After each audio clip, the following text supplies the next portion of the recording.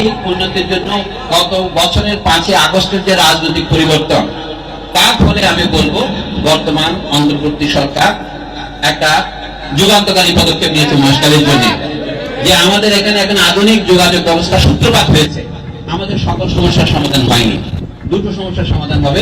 একটা নিরাপদ নৌযান, যেটাকে বলে সি ট্রাক, সমুদ্রের ট্রাক, এইটা যেটাতে আমরা আসলাম, এটা চালু হবে এবং এর ভাড়া জনগণের সাধ্যের মধ্যে রাখার জন্য আমরা অনুরোধ করেছি। নৌপরিবহন মন্ত্রণালয়ের মাননীয় উপদেষ্টা সেটা ঘোষণা দেবেন বলে আমরা অপেক্ষা করছি। আমরা দ্বিতীয় বলবো যে দুই দিকে ঘাটে যে টোল আদায় করা হয়, সেটা 1991 সালে মোকাম্মেল হক সাহেব তৎকালীন সচিব ছিলেন, যেটা তুলে দিয়েছিলেন, যে বলছিল এটা দুর্যোগপূর্ণ এলাকার দরিদ্র মানুষ, এখানে ঘাটে 2 টাকা করে নেওয়ার কোনো প্রয়োজন নেই। সেটা বহুদিন ছিল না, কিন্তু এখন আবারও নানা রকম ছলে, নানা প্রয়োজনে, একবার বলছে পৌরসভার জন্য, আরেকবার বলছে জেলা পরিষদের জন্য, নানাভাবে এটা তোলা হচ্ছে। আমি মনে করি আপনারা যদি দাবি করেন, নৌ পরিবহন মন্ত্রণালয় সহ গোটা অন্তর্বর্তী সরকারের কাছে যদি দাবি তোলেন, এটা বাতিল হতে পারে।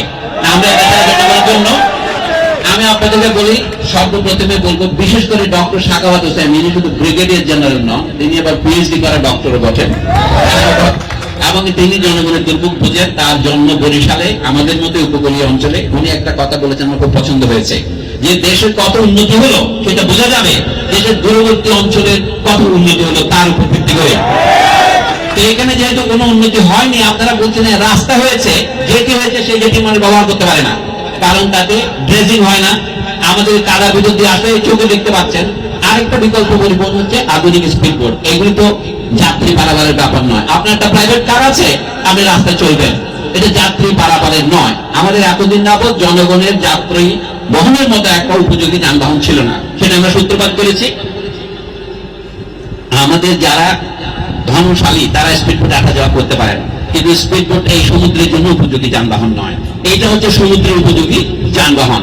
সেই জন্য আমরা অভিনন্দন জানাচ্ছি, সরকারের কাছে কৃতজ্ঞতা জানাচ্ছি। সাথে সাথে আমাদের দাবি থাকবে, ভাড়াটা যেন জনগণের স্বার্থের মধ্যে থাকে। জনগণ মানে যারা কাজ করে খায়, সরকার 80 জন কাজ করে খায়, এবং অতিরিক্ত যে নির্যাতন করা হয় উভয় ঘাটে, সেটাই। আরেকটা কথা বলে আমি শেষ করি, কক্সবাজারে 2টো ঘাট আছে, একটা হচ্ছে নুনিয়াছড়া, আরেকটা হচ্ছে কক্সবাজার 6 নম্বর জেটি, যেটা আসল জেটি, আমরা এটাকে সদর ঘাট বলতে পারি। সেইখানে এখন একটু ড্রেজিং সমস্যা আছে, অর্থাৎ নদীতে এই যানটা নাও ঢুকতে পারে।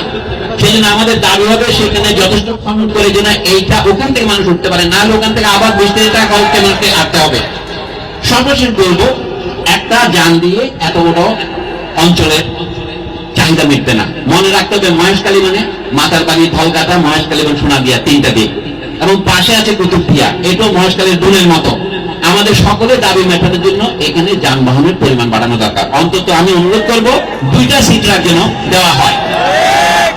আপনাদের সবাইকে শোনার জন্য ধন্যবাদ। এখন আমি নৌ পরিবহন উপদেষ্টা মহোদয়কে দিচ্ছি, যারা আমাদের সহযোগিতা করেছেন। এখানে অবশ্যই বাংলাদেশ অভ্যন্তরীণ নৌ পরিবহন কর্তৃপক্ষ, যার পণ্যের উপর আপনারা দাঁড়িয়েছেন, এবং বাংলাদেশ অভ্যন্তরীণ নৌ পরিবহন সংস্থা আছে যারা এটা বানিয়েছেন, আর তাদের সবাইকে আমি ধন্যবাদ জানাবো। এই মহেশখালীর তরুণ ইউএনও হেদায়েতুল্লাহ সাহেব আমাদের খুবই স্নেহভাজন, এবং তিনি যে আপনাদের সাথে সকল সহযোগিতা করেন, আপনারাও তাকে সহযোগিতা করবেন এই পল্টন ঘাটের নিরাপত্তা এবং জনগণের আসা যাওয়ার পথের সুবিধার জন্য।